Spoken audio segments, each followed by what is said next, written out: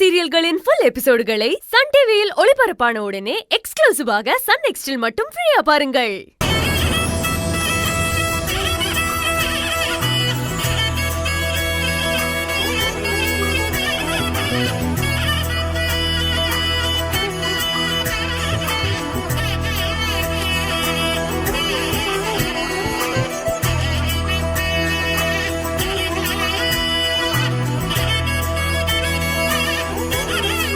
அண்ணி, அம்மாவோட முகத்துல பிரகாசத்தை பாத்தீங்களா?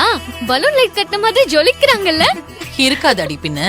என் மக கையலோட கல்யாண பத்திரிக்கையை பாக்கும்போது மனசு அப்படியே குளிர்ந்து போகுது.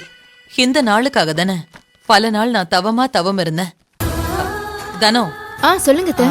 நம்ம சொந்தக்காரங்க, தெரிஞ்சவங்க, அக்கம் பக்கத்துல இருக்கிறவங்க ஒருத்தர் கூட விடாம எல்லாருக்கும் பத்திரிக்கை வச்சிரணும். எழுதின லிஸ்ட்ல எல்லாரோட பேரும் இருக்கான்னு சரி பாத்துக்கோ. சரிங்க, பாத்துறேன். நிச்சயத்துக்கு நாம நிறைய பேரை கூப்பிடாம விட்டுட்டோம். அவங்களை எல்லாம் இப்ப மறக்காம கூப்பிடணும். சரியா? இந்த மாதிரி எதுவும் பிரச்சனை வரக்கூடாதுன்னா எல்லாரும் பேரும் எழுதி வச்சிட்டேன். எழுதிட்டியாடா? ரொம்ப நல்லது. ஆனந்தி, லிஸ்ட்ல இருக்க பேரெல்லாம் ஒவ்வொன்னா எழுது. சரி. அப்போ ஃபர்ஸ்ட் பத்திரிக்கை யாருக்கு கொடுக்க போறீங்க? வேற யாருக்குடா? தர்மலிங்க மாமாவுக்கும் வடிவக்காவுக்கும் தான். ஆரம்பத்துல அவங்களுக்கா விளங்கிடும். ஏய் வாய் முர்ரா, சுமார் நீ எழுதுமா. தர்மலிங்கம் மற்றும் குடும்பத்தார்.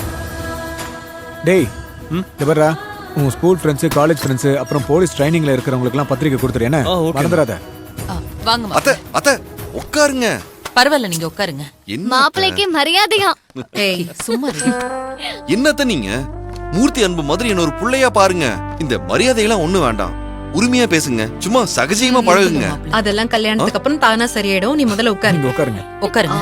அண்ணி, எனக்கு ஒரு 4 பத்திரிக்கை. யாருக்கு கையன்?